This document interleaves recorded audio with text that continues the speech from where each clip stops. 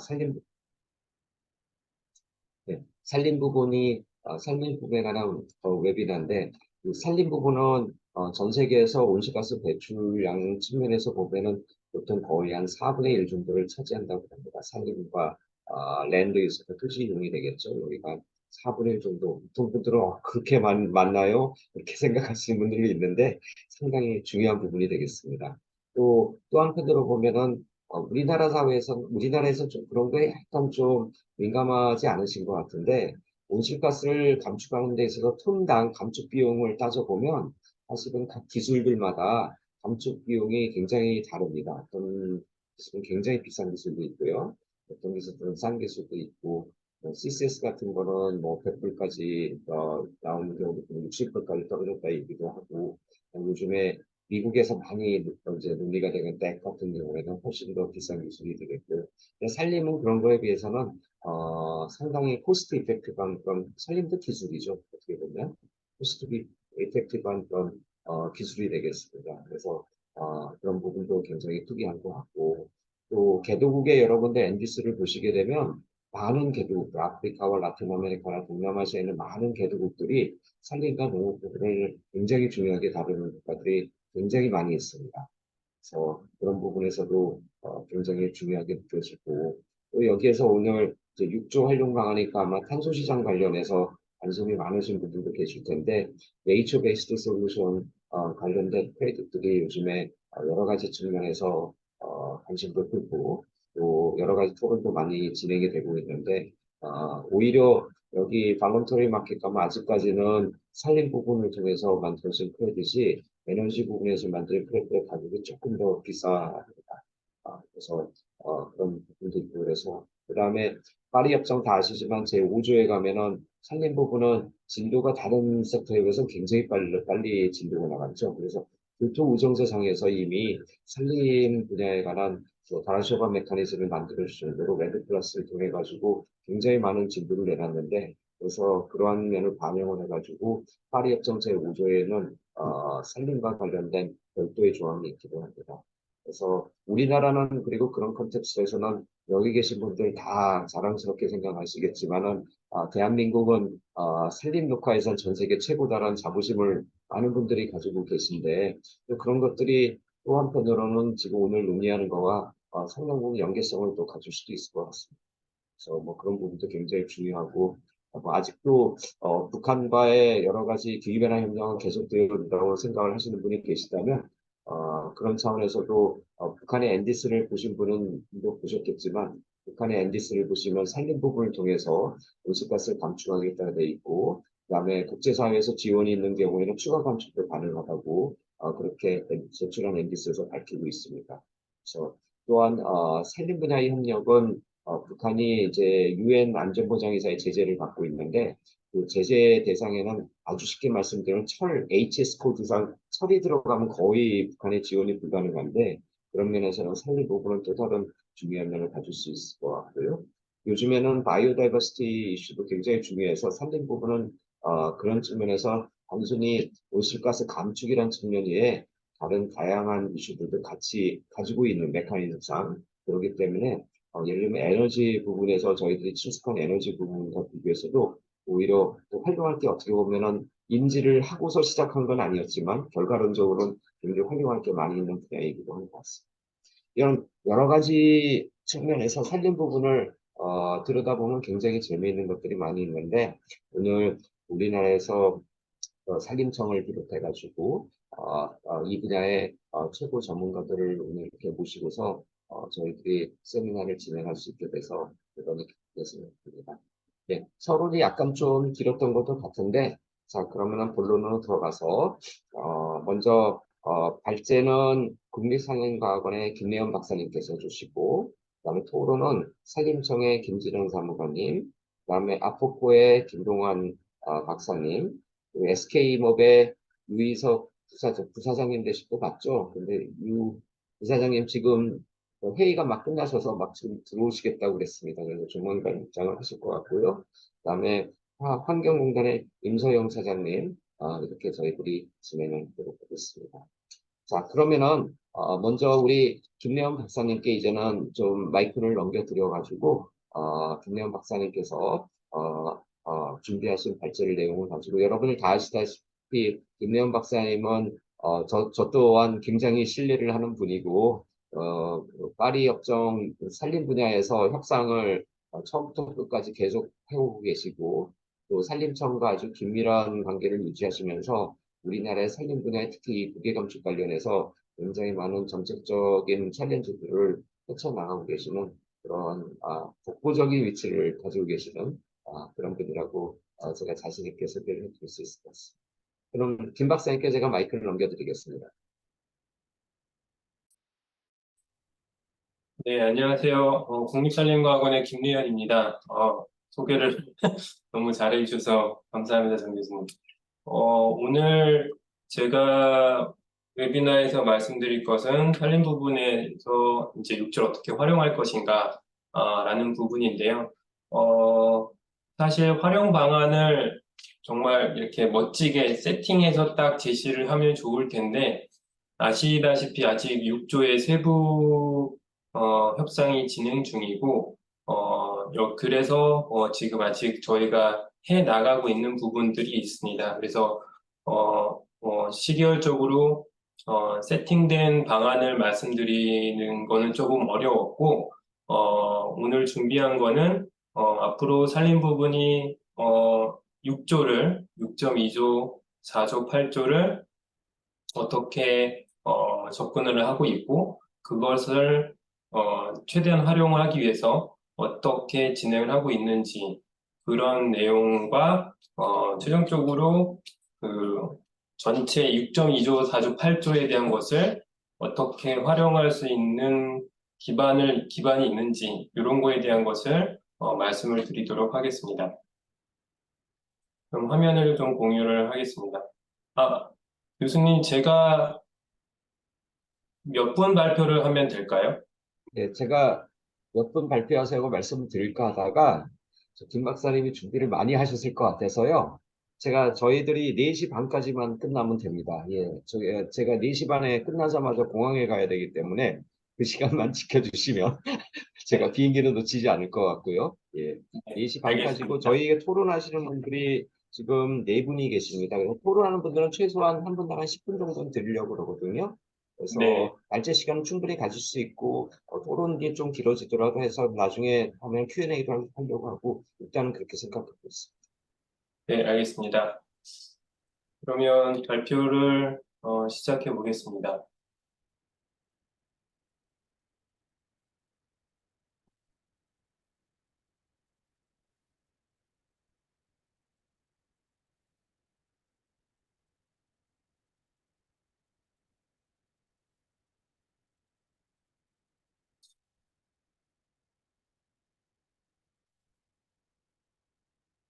네, 크게 보이시나요? 네. 네, 오늘 발표 내용은 산림분야 파리협정 제6조의 활용 방안입니다. 오늘 그래서 처음에 이제 조금 말씀드리고 싶은 거는 약간 여러 얘기들이 있으셔서 혹선 활동의 필요성과 그거에 대한 근거를 잠깐 터치하고 가겠습니다. 합 27 때 나왔던 기사를 제가 계속 활용하고 있는데 리무벌은 에미션 리덕션이 아니다라고 얘기를 하는 저 타이틀부터 이제 약간 넌센서이긴 한데 리무벌은 당연히 리덕션이 아니죠. 근데 저 기사로 이제 저들이 얘기하고 싶었던 거는 배출 감축, 리무벌에 대한 상세를 배출 감축을 최대한 해야 되는데 그것을 지연시키는데 정당화하는 수단으로 인식을 해서는 안 된다라는 얘기를 이제 하고 싶었던 것으로 저는 좀 이해를 하고 싶고요. 이제 흡수원의 필요성에 대한 것을 이제 크게 말씀을 드리면 우리는 배출을 감축을 해야 되죠. 대기로 공급되는 온실가스를 줄여야 합니다. 지금 보시는 것처럼 이러한 이제 배출 전망에서 그것을 확 줄이는 1.5도씨, 2도씨 목표를 달성하기 위해서 이만큼의 이제 배출을 감축을 해야 되는 게 시급한 것이죠. 그런데 이제 배출만 감축을 한다고 해서, 모든 게 해결이 될 것인가? 라는 부분에 배출 감축의 한계를 우리는 생각을 해볼 수밖에 없습니다. 저탄소 배출 사회, 탄소 중립 사회, 제로 배출 사회, 이러한 이제 우리가 최근에 가장 많이 얘기하고 있는 이러한 선언적인 부분들은 다 배출이 전제가 됩니다.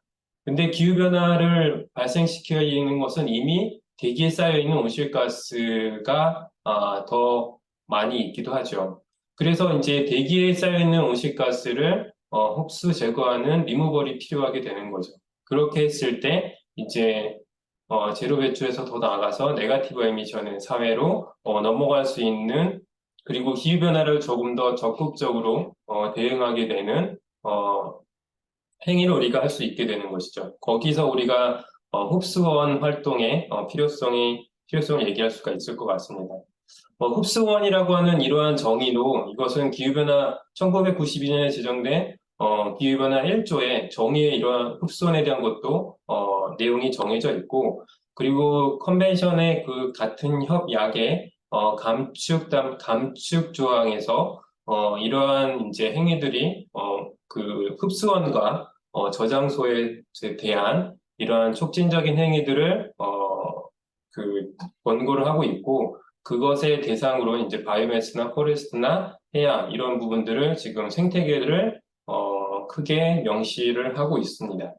그거에 대한 이제 기후변화 협약 자체에서 우리가 흡수원 활동의 근거를 확인할 수가 있겠고요.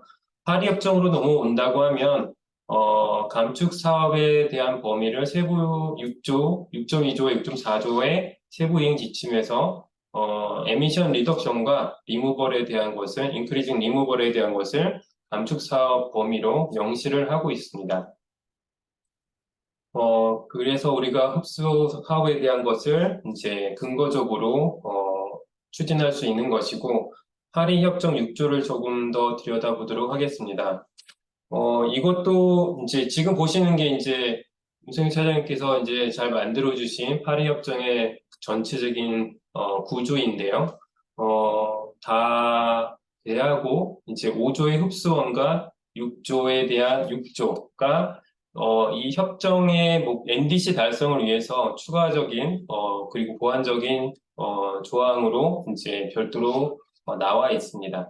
근데 이제 그 일부 분들이 흡수원은 시장 6조의 메커니즘에 포함이 안 돼 있기 때문에 6조에서 이제 국가 간 이전이라든지 거래가 거래 대상이 아니다, 이런 얘기들을 하는 부분들도 간혹 있긴 하더라고요.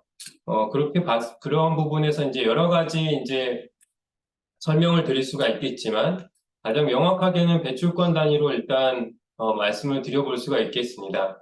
지금 이제 배출권이 크레딧이라고 하는 배출권의 이제 종류가 여러 가지가 있었는데, 이제 KP 체제에서 AAU나 RMU, EUR, CER, TCR, LCR 이런 종류의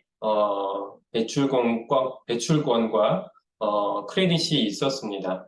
근데 이제 이런 부분에서 이제 6조에 해당하는 것은 사실상 CER과 CER, 지금 이제 6.4 메커니즘에 대한 게 매칭이 될 것이고, 사실 JI의 배출 크레딧이었던 ERU는 사실 6.2에 접근을 할 수가 있을 것 같습니다.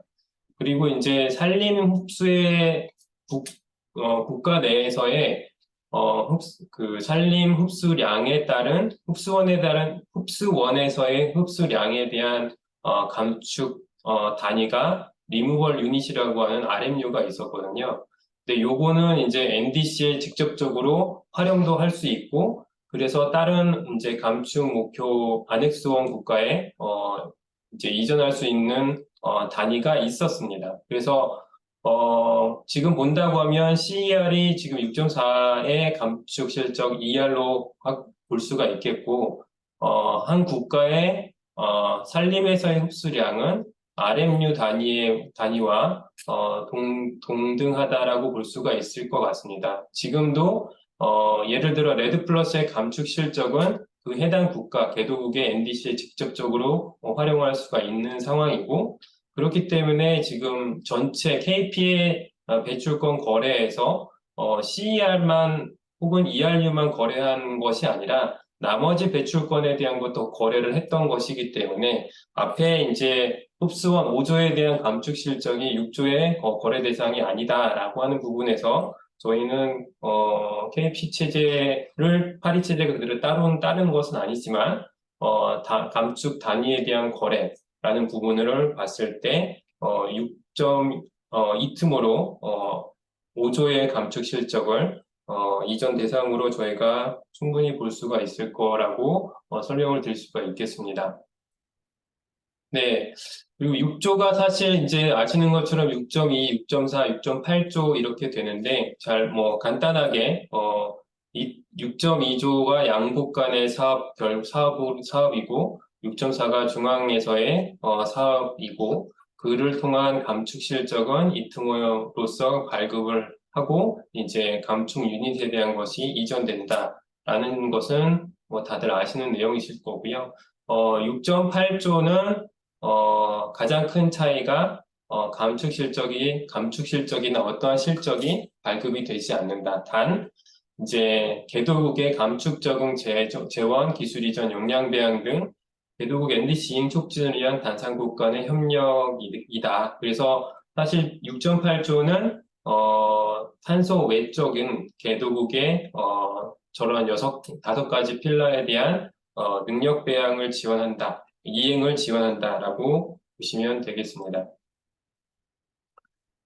그러면 이제 살림 부분이 6조를 어떻게 활용할 것인가라고 봤을 때 일단 목표가 뚜렷합니다. 살림 부분에서는 3,709개 감축 실적을 확보해야 하는 3,750만 톤 중에 500만 톤을 확보하겠다는 목표를 내부적으로 지금 가지고 있습니다.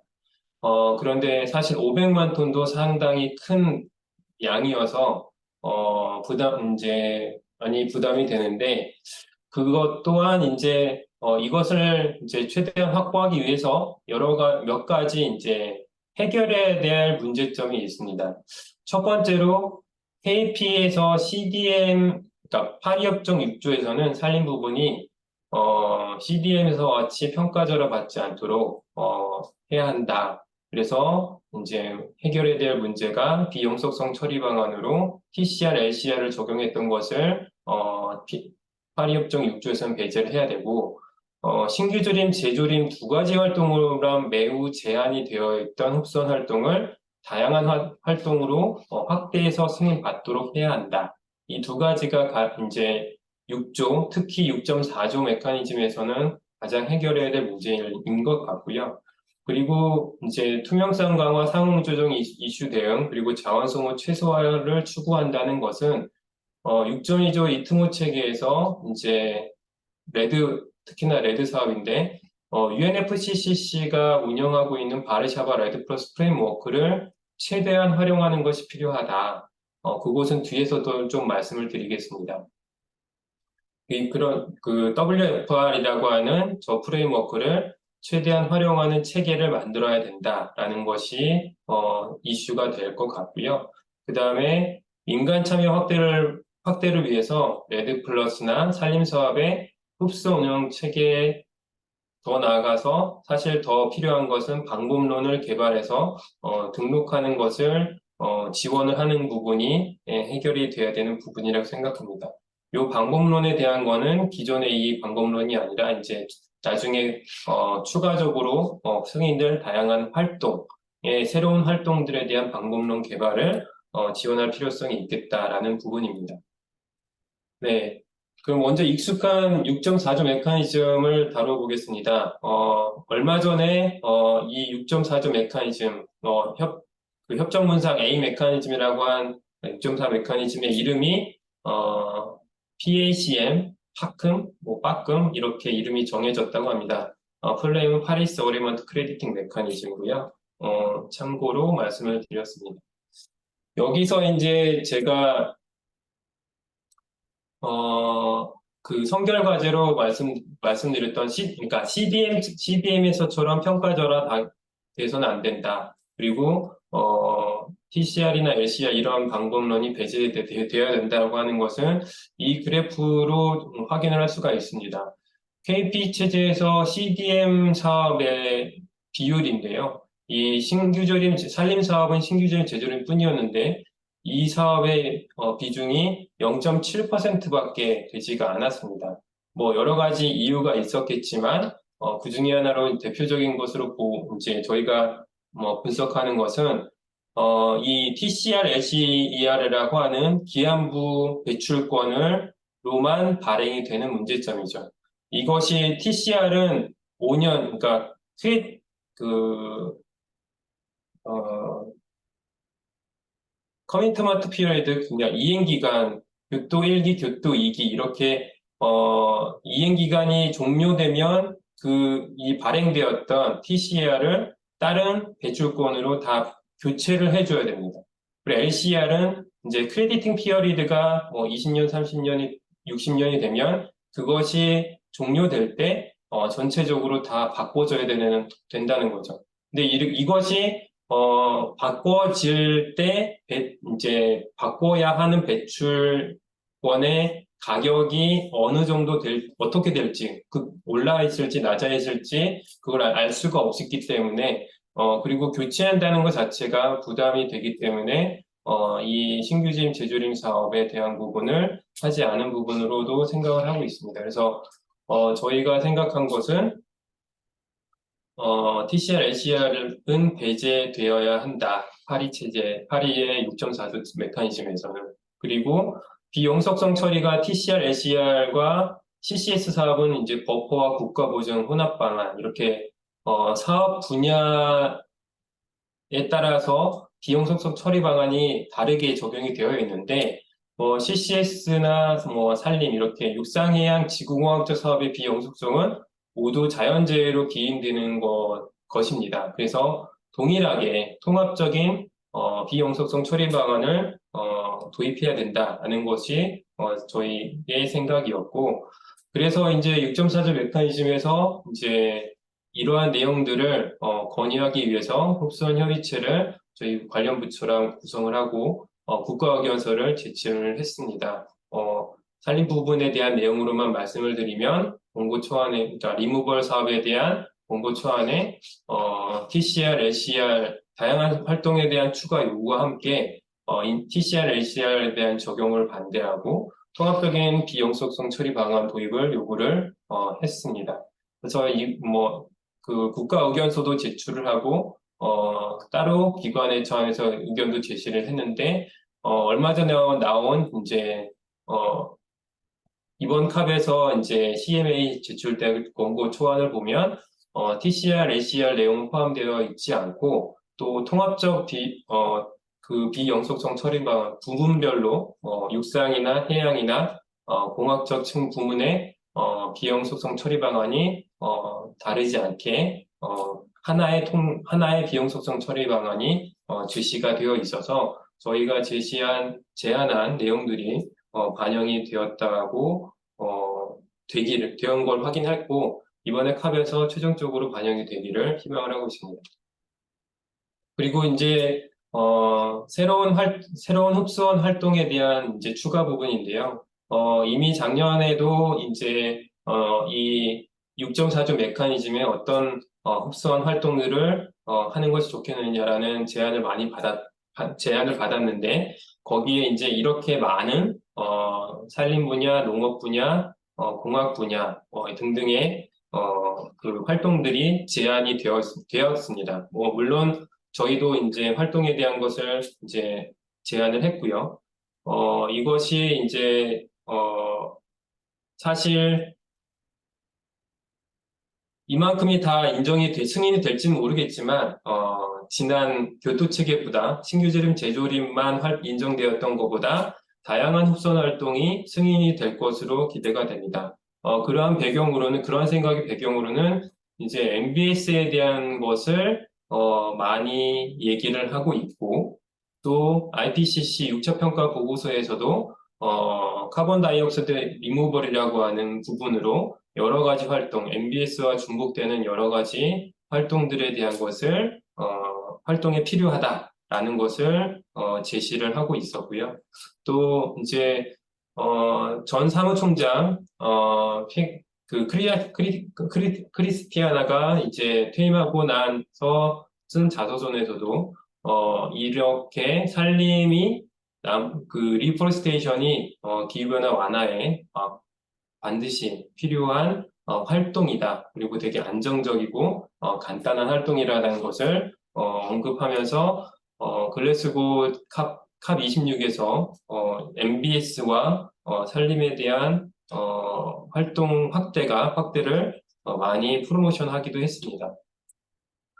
그리고 또 캅 27에서는 이제 미티게이션과 포레스트 파트에서 이 MBS와 흡성 활동의 강조가 실벤 쉐이크 임플리멘테이션 플랜에 또 명시가 됐고, 또 뒤에 해양 부분에서도 MBS 활동에 대한 권고가 이렇게 나가 있기도 했습니다. 그래서 이러한 내용들을, 이러한 전반적인 흐름을 봤을 때 6.4조 메커니즘의 다양한 흡수한 활동이 이제 승인이 될 것으로 기대가 되고요. 지금 6.4 보드로 이제 활동하고 계시는 오대영 박사님 말씀으로는 이 활동에 대한 부분은 내년도에 논의가 될 것이라고 하셔서 내년도에는 올해는 이제 비영속성 처리 방안이나 통합 이런 부분에 저희가 방점을 두었다면 내년에는 흡선 활동 확대에 방점을 두고 협상을 진행을 하도록 해야겠습니다. 그럼 6.2조 협력적 접근법으로 넘어가 보겠습니다. 아시는 분은 아시지만 잘 모르시는 부분도 계셔서 바르샤바 레드 플러스 프레임워크라는 부분이 있습니다. 자발적 탄소 시장의 레드 사업 외에 UNFCCC가 공식적으로 직접 운영하는 레드 메커니즘이고요. 보시는 것처럼 이제 국가 차원에서 접근을 하고 UNFCCC가 모든 이제 MRV에 대한 등록부의 관리와 이제 결과 기반 보상에 대한 것에 연결에 대한 것까지 UNFCCC 사무국이 총괄 역할을 지금 하고 있습니다. 그러면 이 WFR에서 바르샤바 레드프레스 프레임워크의 잠재량을 한번 보도록 하겠습니다. 사실 요거는 잠재량이고보다 실제 감축량이고요. 총 감축량은 2006년부터 21년까지 114억 톤이 지금 누적해서 감축이 되었고, 연평균으로는 8억 5천만 톤을 지금 매년 감축을 하고 있습니다. 그래서 브라질이 지금 가장 많은 양을 누적해서 감축을 했고, 그 뒤로 콩고공화국이 네. 순서대로 놓으려고 그랬는데 지금 이것은 작성 순서대로 등록부에 있는 순서대로 나왔고요. 지금 이 바르샤바 레드 플러스 프레임워크에 참여하고 있는 개도국은 총 68개국입니다. 근데 이 감축 실적은 지금 보이는 17개국이 만들어낸 감축 실적이고요. 앞으로 약 40개국 이상이 더 추가적으로 감축 실적을 공급을 하게 될 것이어서 이 WFR의 잠재량은 더 많이 증가할 것이다 라고 저희가 예측을 할 수가 있을 것 같고요. 그리고 특히 이번에 저희가 좀 주목할 것은 지금 파리 체제에 우리가 NDC 달성에 활용할 수 있는 2021년도산 감축 실적이 승인돼서 등록이 됐다는 겁니다. 그래서 1,460만 톤에 대한 것이 수리남에서 이제 등록이 되었고요. 지금 이제는 우리가 레드 플러스 감축 실적을 NDC에 쓸 수 있는 레드 플러스 감축 실적을 이전해서 활용할 수 있게 되는 단계로 접어들었다고 보시면 되겠습니다. 그래서 레드 플러스 바르샤바 레드 플러스의 활용 방안에 대한 것인데 저희 보시면 6.4에서는 레드 플러스 사실 다루기가 어렵기 때문에 6.2에 대한 것과 발렌타리의 프로젝트 레벨의 레드 플러스에 대한 것을 비교해 볼 때 6.2에서는 지금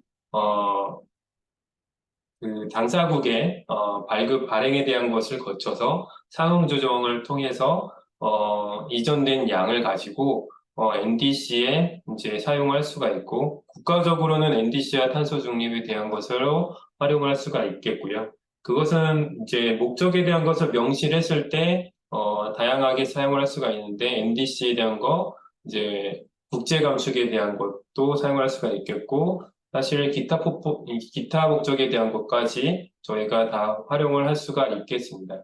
이제 발런타리 마켓에서의 이제 감축 실적은 지금 코르시아까지는 국제 감축까지는 이제 흘러 더 넘어올 수가 있게 되는데 NDC까지는 지금 넘어오는 부분이 어려운 상황인 것을 저희가 이해를 다 하고 있는 상황이고요. 근데 여기서 기타 목적으로 상응 조정을 하지 않고 기타 목적으로 사용을 했을 때 ESG나 기업의 넷제로나 이런 것으로 활용했을 때 이제 중복 사용에 대한 것을 저희가 투명하게 관리를 하지 못하는 부분이 발생을 할 수가 있겠습니다. 그래서 그런 부분이 이제 그린워싱이라는 부분에 공격을 받을 수 있는 부분이 되겠고요. 그런 부분을 저희가 좀 조심을 해야겠습니다. 특히나 그리고 또 특히 최근에 이제 VCM에서 가장 이슈가 되는 부분이 레드 플러스 사업의 이제 누출이나 이런 부분들, 그러니까 투명성이나 정확성에 대한 부분이 이슈가 되고 있는데 그런 부분들이 사실 프로젝트 레벨에서 이루어질 때 많이 이루어지고 그런 문제가 발생이 되고 있어서 국가 단위로 더 레드 플러스 사업이 확대되어야 되는 필요성을 저희가 이제 대면을 하고 있는 상황이라고 보시면 될 것 같습니다. 네, 그리고 6.2조 관련해서 이제 WFR에서 예, 그 사업 검토 부분 완화에 대한 것을 좀 말씀을 드리겠습니다. 6조에서는 그 모든 사업에 대한 검토를 추진을 하는데 그 세부 지침과 CMA4에서의 이제 6.2조 관련 지침 결정문에서 6조 기술 전문가 검토는 당사국과 사무국에 대한 중복된 작업을 회피하고 그로써 부담을 최소화해야 된다는 원칙을 두 번의 결정문을 통해서 지금 재확인을 하고 있습니다. 그에 따라서 아까 말씀드렸다시피 바르샤바 레드 플러스 프레임워크는 UNFC 사무국이 이제 기준선에 대한 거 그리고 감축 실적에 대한 것을 그 사무국이 국가 온실가스 인벤토리를 검토하는 등록된 전문가들을 활용해서 수행하기 때문에 UNFCCC 사무국과 당사국에게 중복 작업을 그리고 부담을 주는 부분에 해당하기 때문에 검토에서 제외하는 부분이 가능하겠다라는 부분으로 저희가 접근이 됩니다. 그래서 검토 부분에 대한 것과 또 저희가 이제 바르샤바 레드 플러스 프레임워크에 기반을 해서 이트모 체계를 6.2조 체계를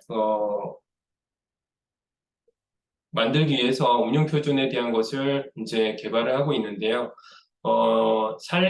특히 이제 레드 플러스 사업에 대한 특성을 원칙적으로 좀 반영을 할 필요가 있겠다라는 부분으로 이러한 원칙을 고려를 하고 있습니다. 그래서 투명성 차원에서 국가 온실가스 인벤토리 BTR과 일관성을 확보해야 된다. 이 부분은 이제 레드 플러스 감축 실적이 그 개도국의 NDC에 직접 기여할 수 있는 부분이기 때문에 국가 인벤토리와 일관성이 확보돼야 되는 게 명제가 됩니다.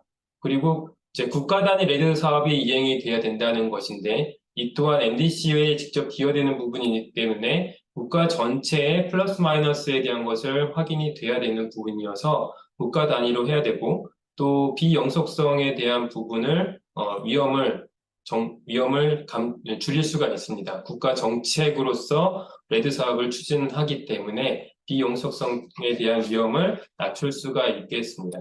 그리고 중국가 단위 MRV 체계에 대한 것을 구축을 해야 중국가 단위 1개 주에 대한 사업을 우리가 접근해서 추진했을 때 중국가 단위 검토에 대한 부분을 명시적으로 제어할 수 있는 근거가 될 수 있겠고요. 그리고 BTR 안엑스 1, 그러니까 국가온실가스 인벤토리에 보고한 감축 실적 이상의 감축 실적을 초과 발급하기는 어렵겠다라는 부분을 원칙적으로 가질 필요가 있겠습니다. 그리고 이 개도국이 레드 사업의 결과물을 가지고 NDC의 NDC 달성에 활용하는 것보다 시장에 판매하는 것만 주 목적으로 해서는 안 되기 때문에 유치국의 조건부 NDC 기여에 대한 것을 원칙으로 조금 담아야겠다라는 부분을 고려를 하고 있습니다. 예, 그래서 저희가 운영 표준을 개발하면서 여러 평가 체계 방법론을 비교를 이제 해보고 있는데 규모나 지침이나 방법론에 대한 것, 그리고 누출이나 비용 속성이나 국가 보고와 NDC와 직접 연계되는 이런 것들을 보았을 때 검토에 대한 레벨이 국가 UNFCCC의 검토 레벨 과 그냥 제3자 검증기관의 검토 레벨은 차이가 날 수밖에 없겠고 지금 UNFCCC 그리고 국가온실가스 인벤토리 지침과 일관되게 가는 부분들은 저희가 이제 처음에 레드를 협상할 때부터 일관되게 지금 가지고 오는 부분입니다. 그래서 JCM에서도 지침이나 기준선, 모니터링에 대한 것은 모두 이 WFR에 대한 것을 준용을 지금 하고 있습니다. 그리고 이제 이 부분이 좀 중요한데요. 누출에 대한 것은 국가 단위 사업에서는 발생이 되지가 않습니다. 프로젝트 단위에서는 누출에 대한 것이 발생이 될 수 있겠지만요. 그리고 말씀드린 것처럼 비용 속성은 국가 정책의 일관성이 정책적으로 지금 추진되는 레드 사업은 비용 속성을 낮출 수가 있게 되고요. 국가 보고와 직접 연계되어 있는 부분이어서 이 WFR의 감축 실적은 이전할 때 투명하게 관리가 될 수 있다는 부분에서 강점을 가질 수가 있겠습니다. 네, 이렇게 했을 때 이제 부담을 최소화하고 자원을 시간과 노력과 행위에 대한 자원 소모를 최소화한다는 것이 이 절차적인 건 사실 JCM이든 리프든 CDM이든 다 비슷한데 여기서 WFR을 기반으로 한 6.1 감축 사업 체계를 보면 이 운영 체계를 WFR로 이제 양국이 합의를 한다고 했을 때 방법론 개발과 등록, 사실 기준선의 설정에 대한 부분이 가장 핵심인데 그 부분은 UNFCCC에서 국가별 기준선 설정에 대한 부분을 이미 승인한 부분이 있으니 그 방법론과 기준선에 대한 것을 활용할 수가 있겠습니다.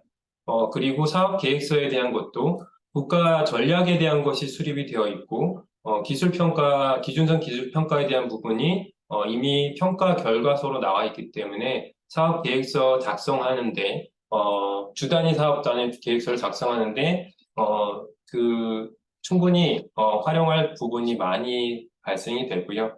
모니터링과 결과 보고도 BTR을 통해서 국가 온실가스 인벤토리 보고를 하게 되는 BTR과 그에 대한 기술평가가 이루어지고 거기에 대한 기술평가 보고서까지 나오기 때문에 거기서 주단위 감축량에 대한 것을 명시적으로 승인한다면 우리가 국가가 아닌 국가 또는 중국가 단위의 감축 실적을 제3 검증에 대한 것을 진행하지 않고도 UNFCCC의 검증 결과를 그대로 준용하는 부분으로 여러 가지 부담을 줄일 수가 있게 되겠습니다. 네, 그렇게 이제 체계적인 부분을 말씀을 드렸고요. 그러면 이제 어떤 국가와 이제 사업을 하는 것이 좋을까라는 부분을 이제 파악할 필요가 있습니다.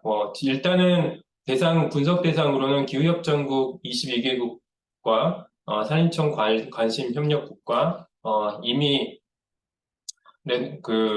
WFR에서 감축 실적을 이제 참여하고 있는 국가들을 이제 보았습니다. 그래서 이트모와 이제 RPP 실적과 감축 실적을 이미 공급하는 국가라고 봤을 때 이렇게 이제 그룹핑을 좀 할 수가 있겠고, 이제 중국가 단위로 추진하고 있고 능력 배양을 이제 조금 해야 되는 이 국가 그룹은 이렇게 보실 수가 있겠습니다. 그리고 아직 레드 사업을 하지 않는 국가, 기후협정국 중에 레드 사업을 하지 않는 국가, 이렇게 그룹을 분류를 할 수가 있겠고요.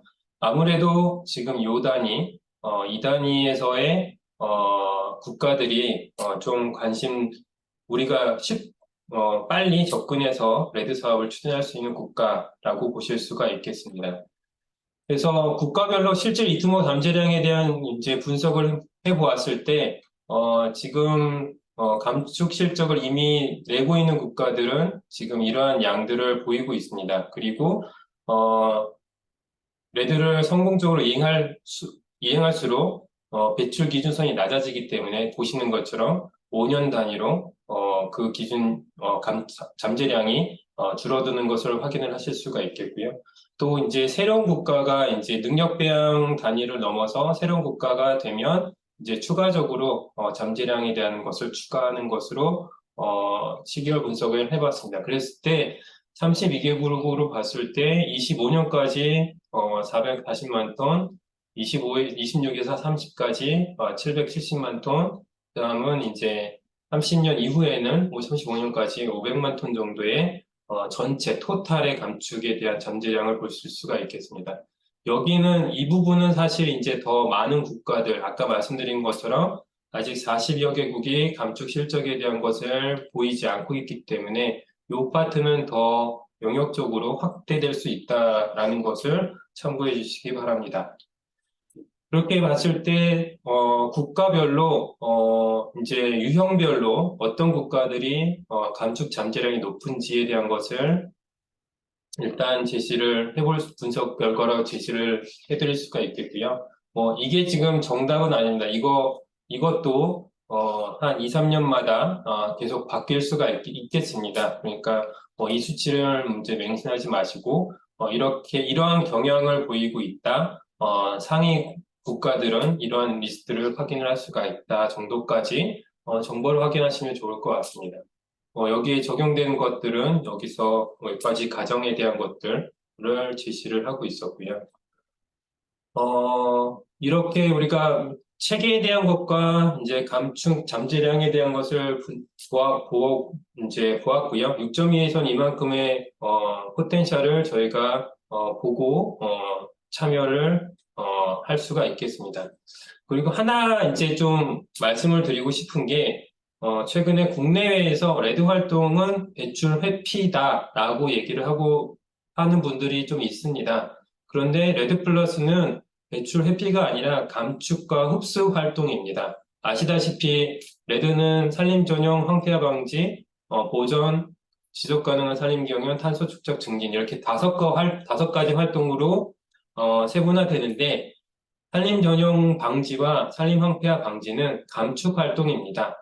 이미 이 개도국은 이러한 활동들이 많이 있기 때문에 배출량이 이미 형성이 되어 있고 그것을 연도마다 이제 변이가 있기 때문에 과거 5년, 10년 배출량을 기준으로 얼마만큼 감축했는지의 감축량이 발생을 하게 됩니다.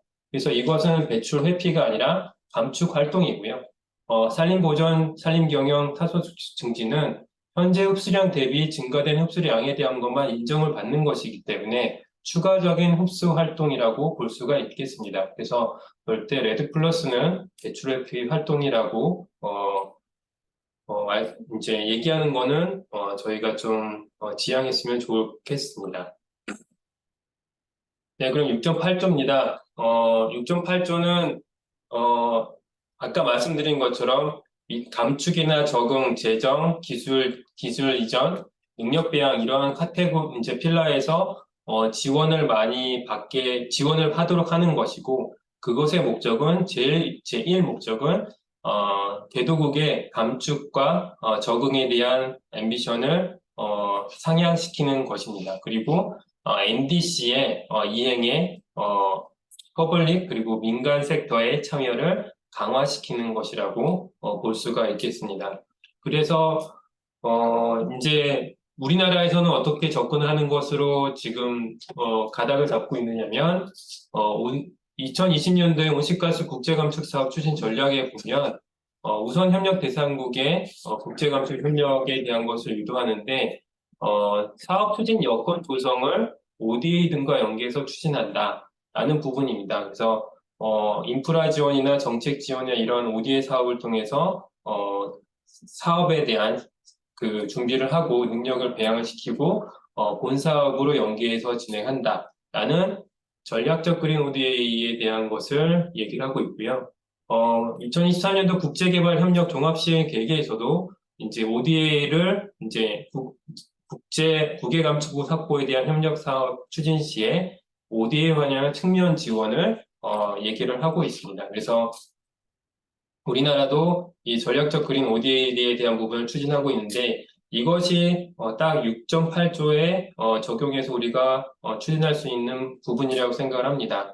레드 플러스가 이렇게 1, 2, 3단계에 대한 것으로 아까 제가 부분 이제 크게 이트모, RBP에 대한 것과 시범 사업에 대한 것, 그리고 기반 구축에 대한 것을 볼 수가 있는데 1, 2단계에 대한 것이 지금 6.8조에 해당하는 여러 가지 활동들을 할 수가 있겠습니다. 그래서 그런 부분을 기반 구축과 능력 배양에 대한 것을 그린 ODA로 전략적 그린 ODA를 추진을 하고 이렇게 해서 본격적으로 감축 사업을 추진할 수 있는 단계로 업그레이드 된 국가와는 이제 6.2조로 감축 사업을 본격적으로 추진하는 그래서 ODA와 이 감축 사업과 비용적으로 사업적으로 구분을 명확하게 하는 부분으로 하는 2단계 어프로치를 저희가 6.2조를 활용하는 것으로 구상을 할 수가 있겠습니다.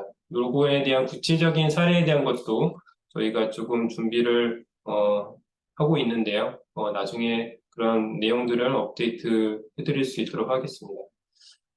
그래서 이제 뭐 정리를 하자면 산림 분야 국외 감축 사업에 대한 것은 6.4조로 해야 되냐, 6.2조로 해야 되냐, 레드로 해야 되냐 이런 부분은 사실상 아니고요. 6.2와 6.4 모든 것을 다 활용을 할 수가 있겠다. 그리고 6.8조도 이제 기반 구축에 대한 것으로 전략적 그린 오일의 활용 부분인 것이고, 이 사업의 대상이 모두 개도국만 되는 건 아니다라고 말씀드릴 수가 있겠습니다. 이제 레드 사업은 개도국 중에서도 레드 사업에 참여하는 국가만 해당이 되겠지만, 이들 국가들도 사실 6.2의 이제 산림 프로젝트, 6.4의 산림 프로젝트가 불가능한 것은 아닙니다. 이들과도 할 수 있지만 사실 국가 전체의 흡수량에 대한 것을 여기서 다 카운트하기 때문에 여기서 발생하는 것은 이 레드 사업에서 감해줘야 되는 부분이 발생이 되거든요. 이제 여러 가지로 체계적으로 불편한 부분이 있기 때문에 레드 국가와는 레드만 하고 나머지 프로젝트 사업은 하지 않는 것이 저는 좋겠다는 생각입니다. 근데 나머지 이제 선진국이나 레드 사업을 참여하지 않는 국가와는 6.4조에 기반한 흡수원 사업을 진행하는 것이 가능하고 또 6.2 체계에서도 6.2에서는 6.4의 메커니즘을 방법론이나 이런 것을 그대로 벤치마킹할 거기 때문에 6.2조에 따라서도 선진국 그리고 비레드 국가와 프로젝트 산림 사업에 이제 다양하게 인정되는 흡수원 사업에 대한 것을 추진할 수 있을 것이라고 생각이 됩니다. 그래서 어, 살림 부분이 6조에서는 레드 플러스만 다루고 있는 것은 아니고 저희는 그 살림 부분에서는 500만 톤 확보에 대한 것이 지금 현재 목표이기 때문에 가장 잠재량이 큰 레드 플러스뿐만 아니라 다양한 살림 활동에 대한 사업에 대한 것도 협상적으로 대응을 해서 살림 사업의 활성화를 목표로 진행을 하고 있고요. 그러한 내용들을 올해 그리고 내년, 내후년에 결정사항으로 만들어 가면서 지금 말씀드린 내용들을 하나씩 정립해 나가도록 하겠습니다. 네, 감사합니다. 네, 김 박사님 감사합니다. 역시 시간을 자유롭게 쓰시게 해드리길 잘했습니다. 네. 한명공이 이제 다 멈춰주시면 될 것 같고요. 김 박사님 거의 뭐 1시간에 가까운 자세한 말씀을 해주셨고, 제가 이제 듣다 보니까 저는 김 박사님 평소에 하시는 걸 자주 보고 옆에서 가까이 보기 때문에 충분히 다 이해하고 또 새로운 것들도 더 배우고 하는데 어려움은 없었는데, 여기 계시는 이제 처음 들어오신 분들, 김 박사님 말씀을 처음 들으신 분들 입장에서는 약간 좀 뭐랄까 질문이나 클래리피케이션이 좀 필요한 부분도 있을 것 같아요. 그런 입장에서 제가 일단 토론하시는 분들께 이제 마이크를 넘겨드리기 전에 몇 말씀 좀 드리고자 합니다.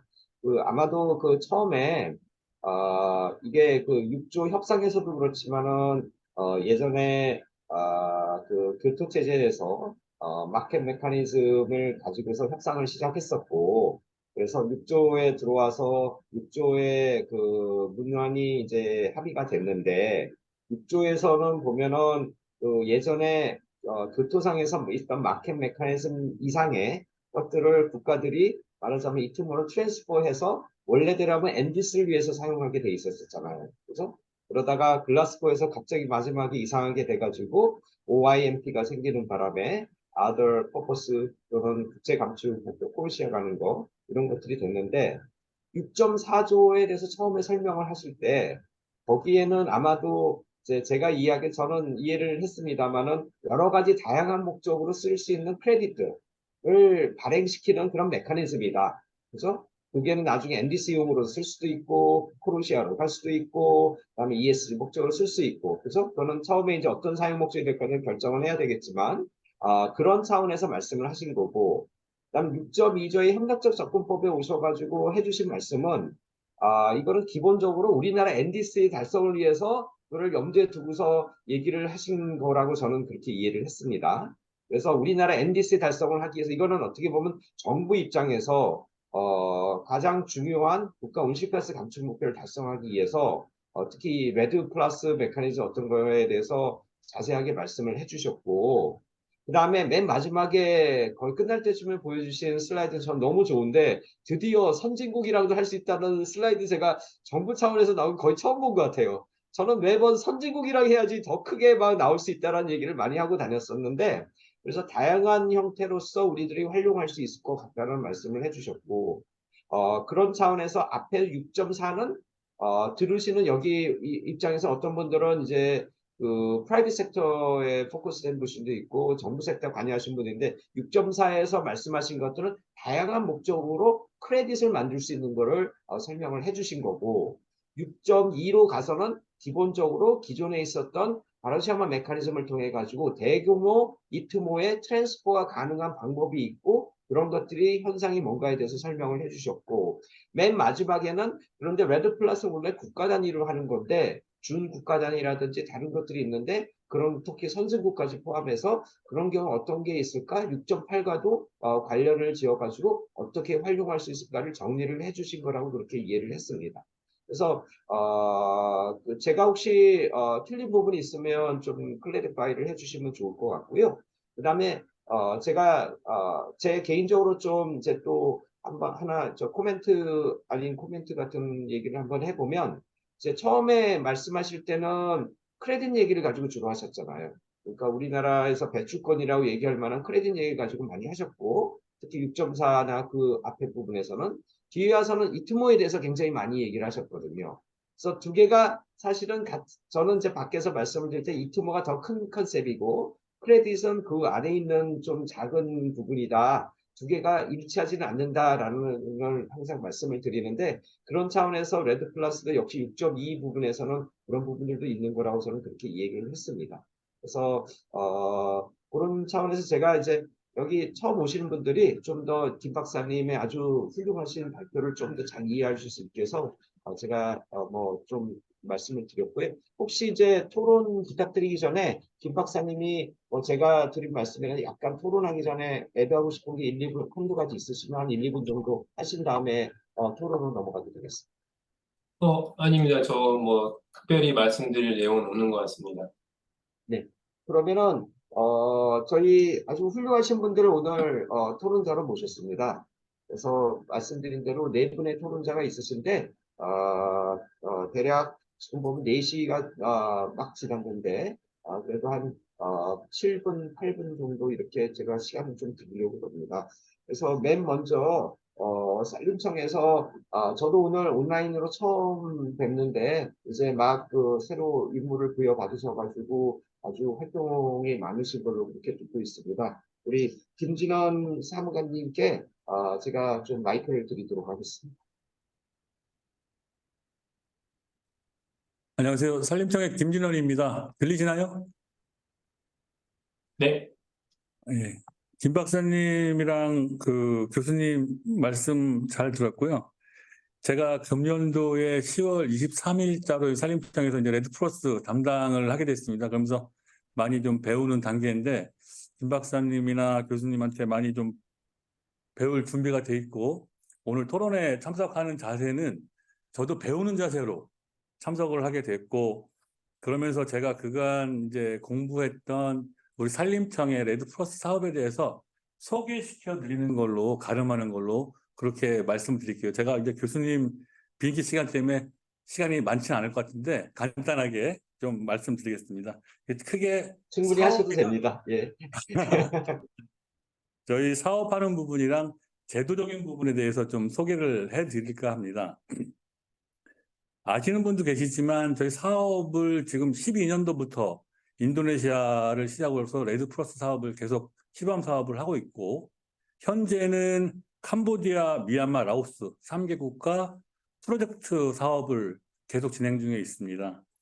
그래서 금년도에는 그 프로젝트 사업을 계속 진행하면서 그 라오스의 퐁살리주를 산림 전체를 대상으로 준국가 사업을 최초로 시작을 했고 그게 지금 그 준국가 사업을 토대로 해서 NDC에 기여하는 그런 형태로 저희 사업은 진행하고 있습니다. 네, 캄보디아 사업을 잠깐 소개해 드리면 15년도부터 19년까지 지금 현재도 진행하고 있는데 1차 모니터링 기간을 통해서 저희가 배출권을 발급받아서 트러스트 펀드를 조성해서 현재는 추가적인 자금이 투여되지 않는 자가발전형 RED 사업을 지금 추진을 하고 있고 그리고 2단계 20년부터 23년까지의 모니터링을 지금 추진하고 있습니다. 그리고 미얀마는 바고요마 16년부터 시작했는데요. 바고요마 지역에 우리 7만여 헥타의 경영구에서 프로젝트 사업을 진행하고 있고 현재는 사업계획서 VCS 등록이랑 모니터링을 위해서 TGC 계약을 앞두고 있습니다.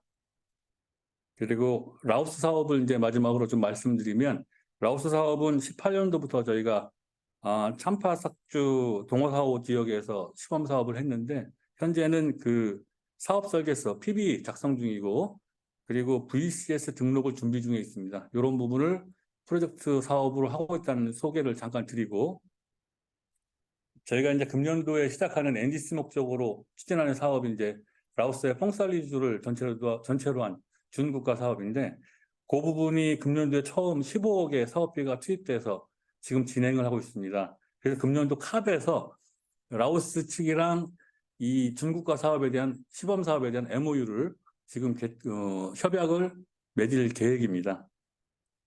그 이후에 저희가 좀 추가적으로 또 준비하고 있는 사업이 베트남 쪽을 지금 겨냥하고 있는데 베트남 쪽이랑 지금 이제 서로 협력 중이고 타당성 평가 사업 시작하기 위한 타당성 평가를 하기 위한 지역 선정을 하기 위해서 지역 선정을 하는 단계에 있습니다.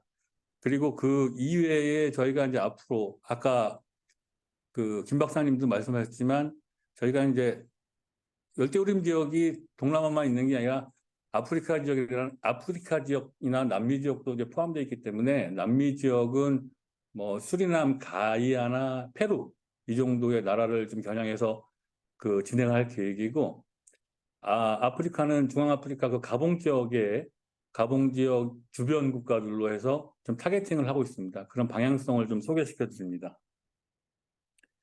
그리고 또 하나 좀 고무적인 부분이 있는데, 저희가 금년도에 그 레드법이라고 저희가 표현하지 않고 국외 탄소 배출 감축법이라고 해서 저희가 그 법률안을 제정했습니다. 이 법률안의 내용을 보면 이제 우리가 기존에는 이제 제도권 내에 그 체계적인 부분이 좀 부족해서 사업의 발전성이나 이런 부분을 좀 그 저해하는 부분이 있었는데, 그걸 제도권 안에 이제 다 포함시켜서 우선 뭐 처음 시작했으니까 모든 내용이 다 고로 들어가 있다고는 생각하지 않습니다. 그런데 그 내용을 좀 간단하게 설명을 드리면, 구축 사업의 체계 구축이나 사업 활성화를 따른 인력 양성, 그리고 그 종합계획 수립이나 실체 조사, 그리고 그 민간 사업자들이 사업할 수 있는 신고, 승인 절차,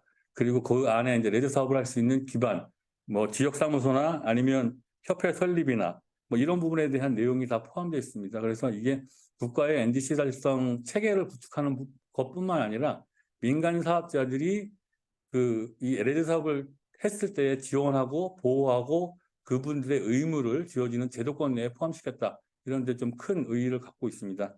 그래서 내년도 2월 18일까지 하위 법령, 시행령이랑 시행규칙을 좀 준비 중에 있는데, 그게 완성이 되면 그 민간 사업자나 국가에서 사업하는 그런 사업들이 좀 더 활성화되고, 그 안에서 또 국가랑 민간이 협력할 수 있는 체계도 구축할 수 있는 그런 점이라고 생각합니다.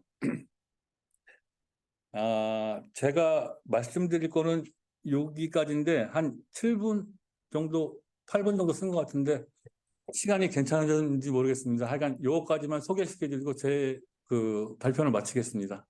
네, 감사합니다. 감사합니다. 네. 물론 충분하고요. 뭐, 제가 비행기를 놓치더라도 여기 계신 분들이 많이 배우시면 좋은 일이죠.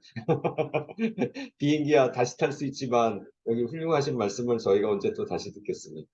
네. 그 산림청은 제가 볼 때는 우리나라 특히 이제 NDC 달성 측면에서 보면 대규모 온실가스 감축이 필요한데, 그런 부분에서 오늘 김 박사님 말씀하신 부분도 있고 그래가지고, 또 저희 전에 해양 부분 웨비나 할 때도 그런 얘기도 좀 나오긴 했습니다만, 이 방법론이 대규모 감축 실적을 확보할 수 있는 아주 좋은 분야라고 그렇게 생각이 되고, 제가 처음에 말씀드렸던 코스트 이펙티브하다고도 말씀드렸고요. 또 산림청이 그런 거를 실제적으로 NDC 달성에 활용하기 위해서 굉장히 어찌 제 눈에는 굉장히 선도적인 그런 활동들을 하고 계신 것 같습니다. 그래서 오늘 사무관님께서 잘 소개를 해주셔서 대단히 감사하고요. 앞으로 이런 것들을 잘 만들으셔서 사실 다른 부처에서 산림청의 요 정책 개발을 하나의 롤 모델이 될 수 있도록 산림청이 좀 힘을 많이 써주시면 좋지 않을까, 뭐 그런 생각이 듭니다.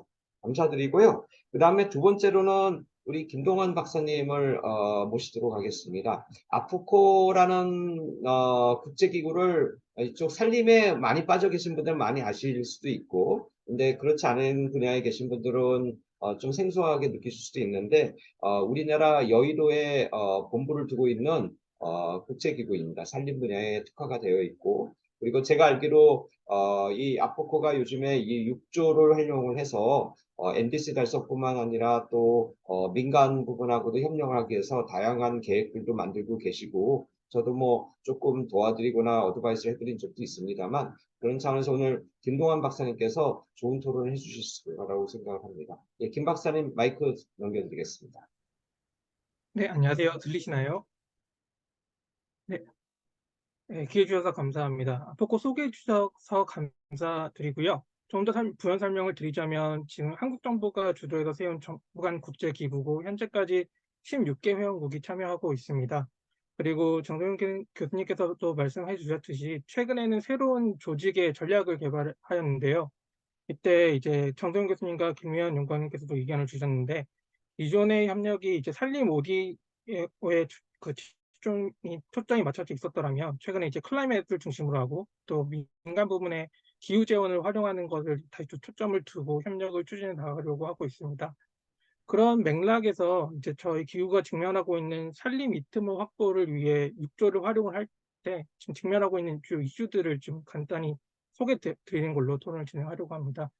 먼저 잠재적인 호스트 국가, 레드 플러스 국가일 수도 있고 아니면 다른 산림 협력을 할 수 있는 대상국일 수 있는데 이 국가들이 자국 NDC 달성을 위한 목표가 있는 국가들이 상당히 많습니다.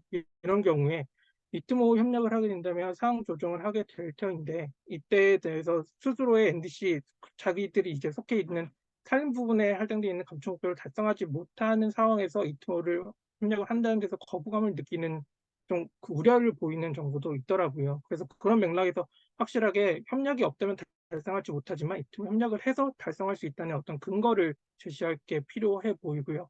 두 번째로 그게 잠재 파트너 국가로서 한국이 왜 필요한지에 대한 근거가 마련되는 게 시급해 보일 것으로 보입니다.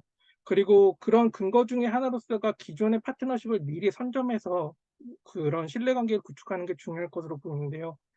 지금 아포코에서는 이제 사업 대상지 그리고 사업 대상지를 선점하고 기존에 가능한 파트너과 사업을 먼저 수행하는 거에 집중을 두고 있습니다. 그리고 특히 레드 플러스라면 이제 중국가 단위로 주 단위 이상의 사업을 협력하는 것을 좀 준비 중에 있는데요. 이렇게 함으로써 흡수원 증진에 대한 히스토리와 레퍼런스를 미리 확보해서 기존의 협력이 어떤 이트모를 작용할지 바로 적용하지 못하지만 VCM이라도 향후에 상호작용할 수 있는, 상호 전환해서 사용할 수 있는 근거를 확보할 수 있는 협력을 추진하기 위해서 노력하고 있습니다. 다만 그러다 보니 아직 회원국의 역량이 부족하다 보니 기존의 스케일이 이제 기존의 활동이 전염 방지나 신규 조림, 재조림, 혼농입업을 주로 이제 진행하려고 하는데 이들에 대한 민간의 자발적 탄소 크레딧 이제 생성 시 향후에 이걸 이트모로 전환한다면 이 해당한 그 감축 활동이 해당 국가의 그 온실가스 인벤토리나 NDC 상에 어디에 지금 분포해 있는 거여서 이걸 어떻게 전환할 것인지에 상호 확인하면서 가는 그런 데이터 구축이 필요해 보입니다. 그리고 세 번째는 이제 국내 에서도 해외 레드 플러스의 광장에 관심을 많이 보이시는데 이제 기존의 ODA와 VCM 산림탄소 사업을 이제 이 틈으로써 전환을 확보하기 위한 체계가 필요할 것 같은데 이게 앞랑 연결되는데 국내 기업 분들이 이걸 ESG로 활용할 수도 있고 어떤 투자로서 활용할 수도 있고 여러 목적으로 쓸 수 있지만 공통적으로 가지시는 기대감은 향후에 이게 국가 NDC에 기여하는 방안으로 어떻게 쓰일 수 있지 않을까 그 확신만 있으면 더 적극적으로 들어올 수 있겠다라고 하셔서 이러한 게 보완이 돼야 될 것으로 보입니다. 그리고 마지막으로는 이제 지금 이렇게 아까 김래원 박사님 그리고 그 산림청의 사무관님께서 설명해 주셨지만 이제 산림부분 이트모 6조를 활용해서 확보하려면 한 조직만에서는 절대 할 수가 없잖아요. 실제로 가서 대상지를 확보해서 그 활동도 해야 되고 우리 파트너도 준비시켜야 되고 그다음에 국가 간의 협약도 해야 되고 그다음에 재원도 확보를 해야 되는데 우리 그 산림청과 그리고 과학원을 비롯한 연구기관 그리고 기업, 국제기구가 같이 들어가 있는 어떤 이트모 6조를 활용하기 위한 산림 협력을 하기 위한 어떤 청사진이 국가별로 필요하지 않을까 싶습니다. 네, 여기까지 드리겠습니다. 감사합니다. 네, 감사합니다. 그 국제기구가 어떤 역할을 할 수 있을지 이 정부 간 이제 기구인데 그래서 특히 이 아포코는 동남아 국가들하고 네트워크가 아주 잘 돼 있는 그런 국제기구입니다. 그래서 동남아 국가들과 협력을 잘할 수 있고 그에 대해서 어떤 이슈들이 있는가에 대해서 잘 짚어주셨습니다. 제가 특히 좀 이제 강조를 하고 싶은 게 그 나중에 VCM을 전환을 하시고 뭐 이런 얘기도 하셨는데 거기에는 전에도 말씀을 제가 오늘도 벌써 한두 번 여기서 말씀드렸습니다만은 사용 목적을 처음에 어떻게 쓸지 거기에 대해서 처음부터 잘 디자인을 하신 다음에 하셔야 될 것 같고 제가 몇 개 개도국들 이렇게 가보면 동남아 국가들은 VCM으로 만들어진 크레딧을 인벤토리에 아직은 반영하는 국가가 거의 없더라고요. 그래서 그거는 나중에 이게 어떻게 될지 잘 알지 못하는 어떤 그런 불확실성이 커서 그런 거라고 저는 생각을 하는데 그런 부분에 대해서도 좀 해결책을 또 국제기구가 선의의 제3자로서 전문성을 가진 국제기구가 잘 활동을 하면 좋을 것 같습니다. 예, 그러면은 저 김동환 박사님 감사드리고요. 다음에 우리 그 프라이빗 섹터에서 가장 그 활발하고 적극적인 그 산림 분야에서 활동을 하고 있는 SK법의 최근에 고소 승진을 계속하고 가셔가지고 제가 만나뵐 때마다 직함이 맞는지 확인을 해야 되는 우리 유희석 부사장님을 오늘 모셨습니다. 굉장히 바쁘신 분이고 또 시간 내기도 힘드신데 오늘 이렇게 시간 내주셔서 감사하고요. 우리 유 부사장님께 제가 마이크를 넘겨드리겠습니다. 네, 감사합니다. 안녕하십니까. SK마법의 유희석입니다. 오늘 제가 그 웨비나에 조금 늦게 합류를 했는데, 늦게 합류를 한 이유도 바로 이 레드 플러스 관련된 프로젝트들 때문에, 그런 멤버사 임원들하고 지금 회의를 하느라고 조금 늦었습니다. 죄송합니다. 어, 뭐, 여기서 말씀하시는 파리 협정 6.2조, 6.4조 관련된 제도나 이론적인 부분 관련해서는 사실 뭐 여기 계시는 정소영 교수님이나 김내연 박사님께서 너무 잘 알고 계시고, 그 부분에 대해서는 많이 대응을 하고 계시기 때문에, 뭐 제가 그 부분에 대해서 사실 잘 알지도 못하고 드릴 말씀은 없고요. 저는 그 프라이빗 섹터에서 실질적으로 프로젝트들을 진행하면서 그 문제가 되는 부분들, 그다음에 뭐 개선이 됐으면 좋겠다라든지, 그다음에 뭐 민관 협력에 대한 부분은 어떻게 했으면 좋겠다라는 지에 대한 거를 몇 가지를 좀 말씀을 드리려고 합니다.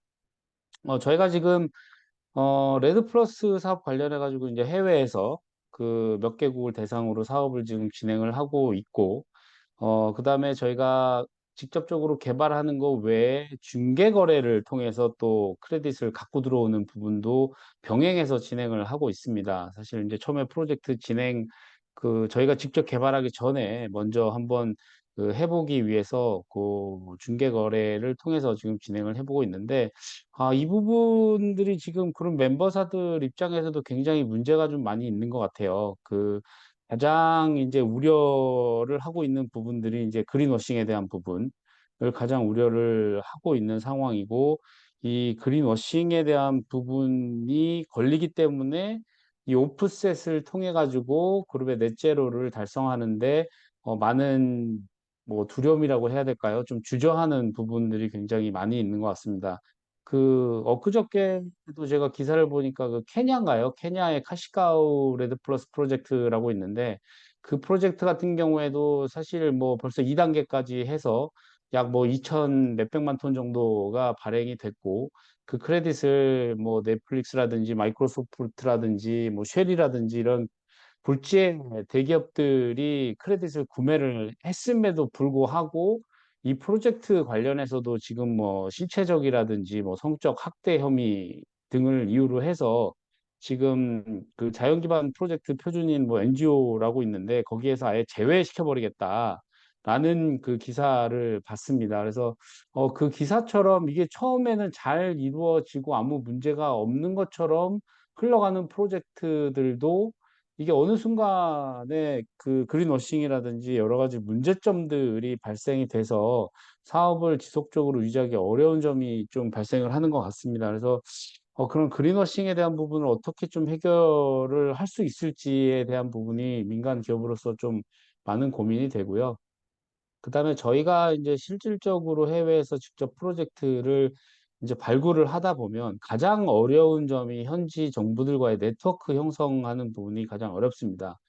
뭐 지금 뭐 가장 크게 이제 저희가 프로젝트 진행하는 게 이제 베트남 프로젝트인데, 제가 베트남 프로젝트 같은 경우에는 2021년 캅 26에서 그 담당을 만나고서부터 지금 2년 동안 지금 끌어오고 있는 상황인데, 이제서야 LOI를 체결을 할 수가 있게 됐어요. 이제 뭐 장관 승인까지 다 나서 이제 체결하자고 오늘에야 이제 연락을 받았는데, 뭐 이렇게 그 사업을 진행하다 보니까 해외에 네트워크 형성을 하고 정부를 대상으로 협상을 하는 부분이 너무 어려움이 많이 있습니다. 그래서 이런 부분에 있어서는 좀 정부 기관에서 많은 협조를 통해서 좀 안정적으로 기업들이 그 인발브 할 수 있고 진입할 수 있는 기반을 좀 조성을 해 줄 필요가 있겠다라는 생각이 들고요. 만약에 이렇게 제가 이렇게 얘기하면 이제 산림청이나 뭐 정부기관 입장에서는 뭐 그래도 우리가 이런 것들 때문에 해외에 뭐 39개인가요? 39개 국가하고 뭐 산림 분야 관련해서 이제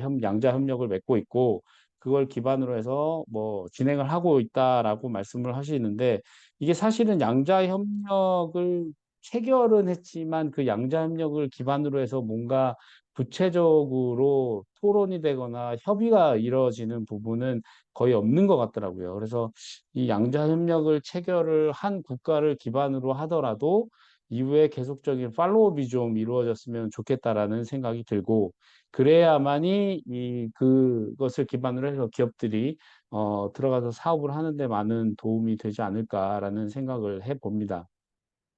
그다음에 저희가 이제 현장에서 진행을 하다 보면 저희가 직접 뭔가 사업을 다 할 수가 없기 때문에 이제 NGO라든지 뭐 시민단체들과의 협업을 하는 것이 굉장히 필요합니다. 그래서 이 개발 협력을 하는 현장에서의 변화는 그 지역의 주민들이 행동 변화를 이끌어내서 그 지역사회가 주도적으로 변화를 이끌어갈 때 지속 가능하게 운영이 될 수 있습니다. 그래서 이 지역사회 뭐 지리적이라든지 뭐 사회적인 부분, 그다음에 문화적인 부분에 대한 다양한 부분에 대한 깊은 이해를 가진 그 개발협력 시민단체들의 역할이 좀 강화되고 다각화될 수 있도록 그런 부분들을 저희 민간뿐만이 아니라 정부기관에서도 좀 많이 도와줬으면 좋겠다라는 생각이 들고요. 그다음에 정부 기관에서 지금 아까 뭐 산림청에서도 이제 ODA 부분 말씀하셨는데 ODA 같은 경우에도 제가 알기로는 지금 2007년 그때 같은 경우에는 거의 10억 수준이었는데 뭐 내년에는 200억이 넘는 걸로 알고 있어요. 이 사업 예산 같은 경우 굉장히 많이 증가가 됐다라고 생각을 하는데 이런 부분에 있어서도 그 사업을 확대를 하고 이 사업의 다양화를 위해서 기업과의 좀 긴밀한 파트너십을 유지를 하고 그 파트너십을 기반으로 해서 사업을 좀 양자가 같이 좀 발굴을 해서 운영을 하면 어떨까라는 생각이 듭니다. 그래서 기업 같은 경우에는 처음에 초기 자본에 대한 부분을 정부가 좀 도와줄 수 있는 그런 기반이 될 수 있을 것 같고 처음에 기반이 이루어지면 그거를 기반으로 해서 이후부터는 민간 기업에서 기업 입장에서 별도의 투자를 통해서 사업의 지속 가능성을 유지할 수 있지 않을까라는 생각을 좀 해봤습니다. 그래서 저희가 지금 뭐 베트남이라든지 필리핀이라든지 이런 데 사업을 진행을 하고 있는데 사실 작년에 코이카에서 ESG 이니셔티브라는 새로운 제도를 만들었어요. 그래서 기존의 ODA 사업과는 좀 다른 결로 운영이 될 수 있도록 보다 기업이 해외에서 이러한 사업들을 진행하는데 조금 더 편하고 능숙하고 능란하게 진행할 수 있도록 코이카가 새로운 제도를 만들어서 조금 저희랑 이제 계약을 해서 진행을 하는 부분이 있습니다. 그래서 산림청의 입장에서도 약간 이런 부분들의 것들을 조금 더 확장을 해주면 좋지 않을까. 왜냐하면 이 정부하고 하다 보면 또 결이 달라서 일 처리 방식도 다르고 하기 때문에 그런 부분들을 이제 처리하는 뒤처리가 더 많습니다. 앞에서 일하는 것보다. 그래서 그런 처리 방식에 대한 부분도 조금 개선이 되면 더 좋지 않을까 싶은 생각이 들고, 그 다음에 정부 기관하고 민간이 같이 일을 하면서 또 어려운 점이 아시다시피 정부 기관 같은 경우에는 담당자분이 너무 자주 바뀌어요. 자주 바뀌다 보니까 기존에 얘기했던 것들을 바뀌면 또 가서 처음부터 다시 얘기를 해야 되고, 바뀌시는 분의 아이디어나 바뀌시는 분의 마인드가 조금 다르면 이걸 또 해결하기도 또 어려워요. 그러다 보면 진행하던 거를 아유, 이제 더 이상 못하겠다. 그만하자라고 해야 되는 부분들도 있어서 약간 정부 조직도 그런 부분들은 약간 그 전문적으로 진행하시는 부분에 있어서는 좀 계속적으로 유지를 할 수 있게 만들어주는 정책적인 그 지원이 좀 필요하지 않을까라는 생각이 듭니다. 네, 이상입니다. 네, 감사합니다. 프라이빗 섹터 입장에서 그 경험에서 현장에서 느끼고 계시는 여러 가지 에러점에 대해서 절절함이 느껴지는 아주 좋은 말씀을 해주셨습니다. 아마 그 말씀들을 이렇게 제가 듣다 보니까 제가 보통 파리 협정을 이행하기 위한 클라이밋 체인지 이슈는 보통 프라이빗 섹터에서 제가 어제도 우리나라 뭐 대형 로펌 가서 제가 세미나를 해드렸지만 보통 다른 코퍼레이트 프랙티스랑 다르다. 왜냐 이건 국제사회에서도 룰이나 제도가 이제 만들어지기 때문에 퍼블릭 섹터인 정부와 잘 긴밀한 협력을 하는 게 굉장히 중요하다. 정부는 정부 나름대로 혼자 해도 안 될 것 같고요. 프라이빗 섹터도 지금 유 부사장님 얘기하셨지만 개도국에 와서 액세스가 안 돼서 하는데 개도국 쪽으로 너무나 많은 프라이빗 섹터의 액터들이 오기 때문에 누구를 만나야 될지도 모르거든요. 그리고 파리 협정의 모든 주어가 파티스, 정부로 되어 있기 때문에 그런 면도 굉장히 중요하고 그래서 그런 것들을 적절하게 퍼블릭 프라이빗 파트너십을 잘 구축하는 방법론이 필요한 것 같습니다. 그런 측면에서 테크니컬리 보면은 아마도 SK 입장에 제가 전에도 잠깐 개인적으로 말씀드린 적도 있지만은 오늘도 말씀드렸지만 처음에 이트모를 관련해서 활동을 하실 때 거기에 어디 사용 목적을 둘 것인가를 처음에 명확하게 하실 필요가 있을 것 같고요.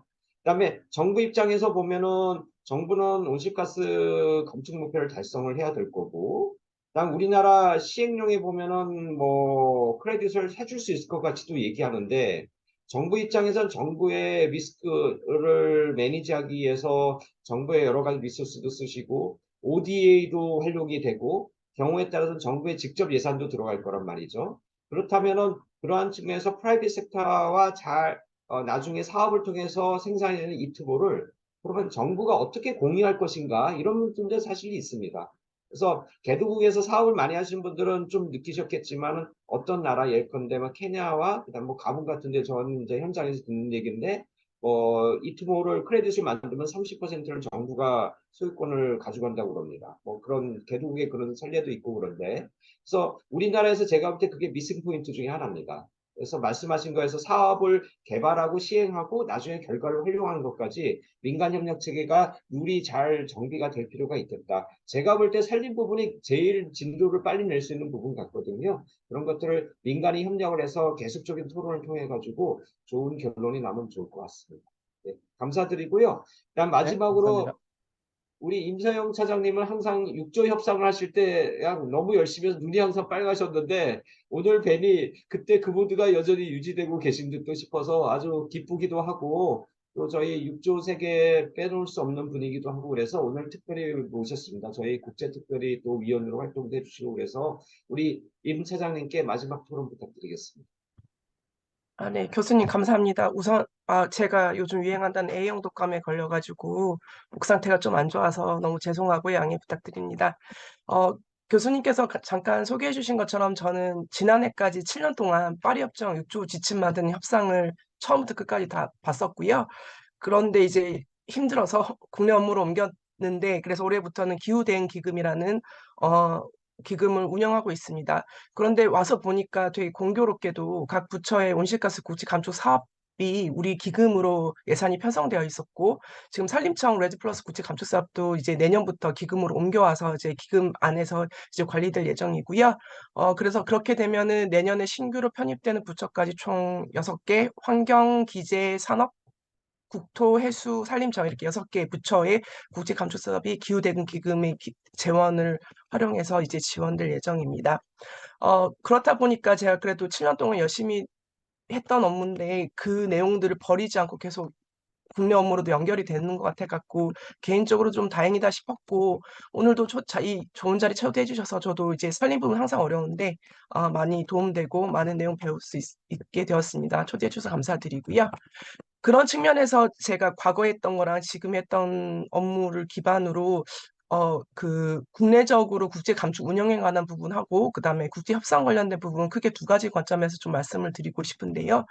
우선 국내적으로 보면은 이제 국제감축심의회 통해서 9개 부처가 각 분야별로 국제감축 사업을 추진하고 있지만 사실은 부처 간 경계가 명확하지 않아서 사업 분야 중첩이 상당히 많이 되고 있고 그리고 부처 간 정확히 얼마만큼의 이트모를 가져오겠다라는 목표도 잘 없는 반면에 아까 김래현 박사님께서 자신 있게 소개해 주신 것처럼 산림 분야는 분야가 굉장히 명확하고 그다음에 산림청과 국립산림과학원이 그간에 상당한 오랜 시간 동안 개도국 협력 사업, 특히 레드 플러스 협력 사업을 되게 오래 해오셔서 내부적으로 얼마만큼을 기여하겠다, 산림청 입장에서라는 목표를 가지실 수 있을 정도로 굉장히 자신이 있으신 것 같아서 그간 노력하신 그간 말 그대로 뿌린 씨앗들을 협정 6조 체제가 되면서 걷어들이시는 것 같아서 굉장히 기대가 크고요.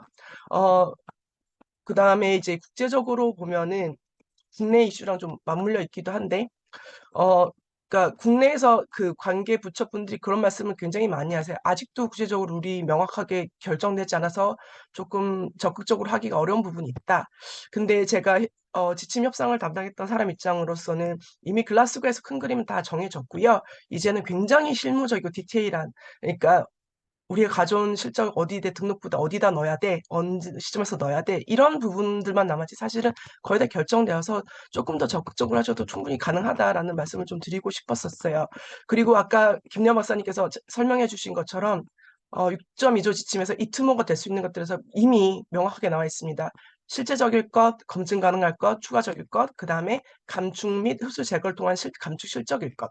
그래서 이 측면에서 이미 김내연 박사님께서 잘 설명해 주신 것처럼 산림 부문 그리고 레드 플러스 관련된 감축 실적들은 이 부분을 충분히 설명할 수 있기 때문에 특히나 그 국가 간의 자율적인 감축 협력 사업이 추진할 수 있는 6.2조 하에서는 충분히 진행 가능하시고 아까 말씀하신 대로 산정 방법론 또한 국제적으로 이미 공인된 특히 UNFCCC에서 공인한 바르샤바 프레임워크가 있기 때문에 충분히 보고를 통해서 레드 플러스가 어떻게 감축이 일어났는지에 대해서 설명이 가능할 거라고 봐요. 예, 그래서 조금 더 적극적으로 하면 좋겠고 또 한편으로는 그 김래현 박사님께서 비시장 접근법 쪽도 관련해서 같이 큰 그림에서 같이 봐주신 점 너무 감사드리고 다른 부처에서도 사실은 우리가 이러한 부분들을 다시 말씀드리면은 이 표현이 좀 어떨지는 모르겠지만 제 생각에는 우리나라만큼 이 규모가 절실한 국가가 없다라고 생각을 하거든요.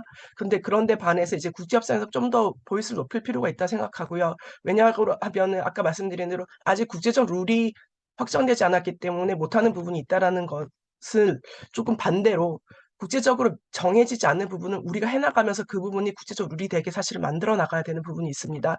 그런 측면에서 이제 산림청이나 국립산림과학원 박사님들께서 노력 많이 해주셔서 우리 측 의원이 계속 개진하고 계시고 적극적으로 참여해 주는 부분들을 좀 다른 부처에서 조금 많이 참고해 주시면 좋을 것 같아요. 저도 시간 관계상 요 정도만 말씀드리겠습니다. 네, 감사합니다. 아유, 우리 임 차장님 저기 독감 걸리셨군요. 요즘에 독감 한번 걸리시면 굉장히 고생하시다고 그러는데 빨리 회복되시기 바라겠습니다. 여기 임 차장님 말씀해 주시면 제가 하나 좀 다시 한번 그 강조를 드리고 싶은 게 이제 이번 정부의 이제 기본적인 국가 외교 정책이 글로벌 중추 국가가 되겠다는 겁니다. 그래서 글로벌 중추 국가가 되기 위해서 대통령께서 작년과 올해 UN 초계에 가가지고 구체적인 분야를 세 개를 계속 얘기하고 계시는데요. 하나가 IT고, 두 번째가 보건 분야고, 세 번째가 그린 ODA 분야입니다. 그래서 그린 ODA를 통해서 글로벌 중추 국가가 되겠다고 그러고, 그린 ODA는 어떻게 보면 저희가 오늘 하고 있는 것과 상당 부분에 관련된 부분들이 있는 거죠. 어떻게 보면 그 패키지가 더 커져야 될 부분이 있어서 클라이밋 체인지가 좀 메인스트림이 돼야 되는데 그런 것들을 룰 베이스로 하시겠다고 그랬거든요. 그래서 그거는 우리나라 국가 정부에서 추구하는 방향인데 바로 룰 베이스는 뭐냐? 드래프팅을 하는 커뮤니티에 들어가서 목소리를 내야 되는 겁니다. 근데 이제 지금 이제 우리 임 차장님 하실 때 그런 것들을 이제 우리가 하기 시작했고 김래원 박사님도 그렇게 하시고 계시지만은 이제는 우리가 어디에 가서 직접적으로 드래프팅을 내고 참여를 하고 우리의 기반의 경험에 비추어서 그걸 글로벌 론과 규칙으로 만들어갈 수 있는 역량이 더 커지면 좋겠습니다.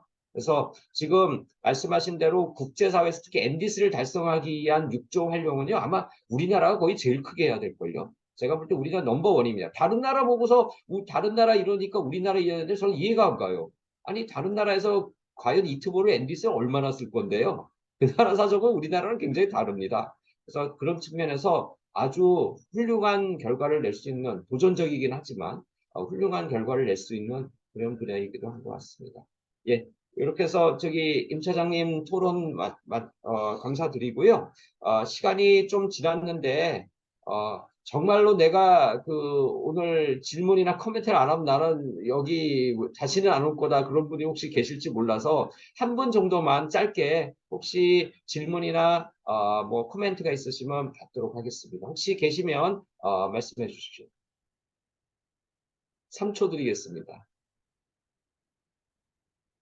다들 제가 그 비행기 놓칠까봐 굉장히 걱정하고 계시나 봐요.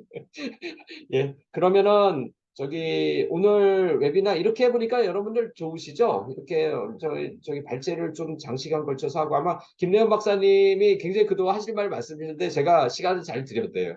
예, 그래서 좋고 다음에는 저희들이 말씀드렸지만 23일 날 저녁 8시 반에 마지막 시리즈인 에너지를 가지고 할 겁니다. 에너지의 제가 특징은 어떻게 파악하고 있냐면 에너지는 그런 프로젝트 차원에서의 방법론은 굉장히 교토에서 CDM 덕분에 많이 진도가 나갔어요. 그런데 CDM의 하나의 아쉬운 점이 뭐냐? 온실가스 감축량 기여를 얼마나 했느냐에 대해서는 퀘스천 마크가 크게 남거든요. 근데 우리나라 특히 엔리스를 달성하기 위해선 그게 굉장히 크게 남는 부분이 있고, 두 번째는 그 사업에 사용되는 기술이나 분야에 따라서는 그 코스트가 굉장히 차이가 많이 납니다. 그래서 굉장히 고비용인 것도 있고 아닌 것도 있고 이런 것들을 어떻게 묶어서 큰 결과를 만들어낼 것인가 이런 것들이 아마 에너지 분야가 가지고 있는 하나의 해결해야 될 과제일 겁니다. 그래서 8시 반에 하니까 23일 날 그때도 꼭 참여해 주시고 그 에너지공단, 그다음에 에너지경제연구원, 그다음에 오늘도 참석하시는 국가녹색기술연구소, 그다음에 UNDP 이렇게 해서 스피커 라인업이 되어 있습니다. 이거 다 들으시면 저희가 그거를 유튜브로 나중에 방영을 하기로 했는지 모르겠는데 12월 5일 날 현지에 오시는 분들 있으시면 12월 5일 오전 9시 한국관에서 제가 하는 기관에서 주관을 해가지고 많은 기관들과 같이 법제연구도 하고 뭐 많이 하시는데요. 그리고 사법부, 해수부, 산림청에서 다 고위급으로 참여하시고 GGI 사무총장, UNDP의 기후변화 글로벌 전략 헤드, 그 다음에 EDF의 이쪽 6.2조를 본격적으로 하는 바이스 프레젠트, 그다음에 인도네시아 정부, 라오스 정부 등이 참여하는 물론 여기 계신 전문가들도 오시고요. 그래서 하는 부대 행사도 개최할 예정입니다. 그래서 한번 관심을 가지고 봐주시고 혹시 캅에 오시면 연속성을 가지고 한번 보시면 좋을 것 같습니다. 자, 그러면은 시간이 많이 지났는데 오늘 좋은 말씀 해주신 먼저 김래현 박사님, 그다음에 토론해주신 네 분께 다시 한번 감사드리고요. 오늘 저도 굉장히 많은 것들을 풍성하게 얻어서 가는 그런 하루의 하나의 활동이 아니었나 싶습니다. 예, 그러면은 다가오는 저녁 식사 시간인데 맛있는 저녁들 드시고 23일 날 저녁 8시 반에 다시 찾아뵙도록 하겠습니다. 네, 감사합니다. 감사합니다. 네, 감사합니다. 감사합니다. 감사합니다. 고맙습니다.